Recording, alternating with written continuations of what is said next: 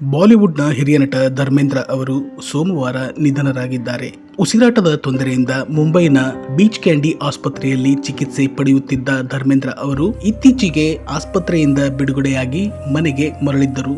ಅವರ ಮನೆಯಲ್ಲಿಯೇ ಚಿಕಿತ್ಸೆ ನೀಡಲಾಗುತ್ತಿತ್ತು. ಆದರೆ ಚಿಕಿತ್ಸೆ ಫಲಕಾರಿಯಾಗದೆ ಇಂದು ಅವರು ಕೊನೆ ಉಸಿರೆಳೆದಿದ್ದಾರೆ. 6 ದಶಕಗಳಿಗೂ ಅಧಿಕ ಕಾಲ ಚಿತ್ರರಂಗದಲ್ಲಿ ಸಕ್ರಿಯರಾಗಿದ್ದ ಧರ್ಮೇಂದ್ರ ಅವರು ನೂರಾರು ಚಿತ್ರಗಳಲ್ಲಿ ನಟಿಸಿದ್ದರು. 1960ರಲ್ಲಿ ದಿಲ್ ಬಿ ತೇರಾ ಹಮ್ ಬಿ ತೇರೆ ಚಿತ್ರದ ಮೂಲಕ ನಟನೆಯ ಬದುಕು ಆರಂಭಿಸಿದ ಅವರು ಫೂಲ್ ಔರ್ ಪತ್ತರ್, ಮೇರಾ ಗಾಂವ್ ಮೇರಾ ದೇಶ್, ಶೋಲೆ, ಯಾದೋ ಕಿ ಬಾರಾತ್, ನೌಕರ್ ಬೀವಿ ಕಾ ಸೇರಿದಂತೆ ಅನೇಕ ಹಿಟ್ ಚಿತ್ರಗಳಲ್ಲಿ ಕಾಣಿಸಿಕೊಂಡಿದ್ದರು. ಅವರ ಕೊನೆಯ ಚಿತ್ರ 21 ಡಿಸೆಂಬರ್ 25ರಂದು ಬಿಡುಗಡೆಯಾಗಲಿದೆ.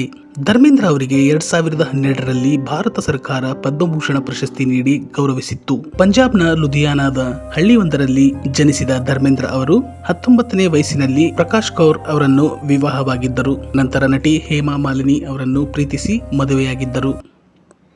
Bureau report, be alert news.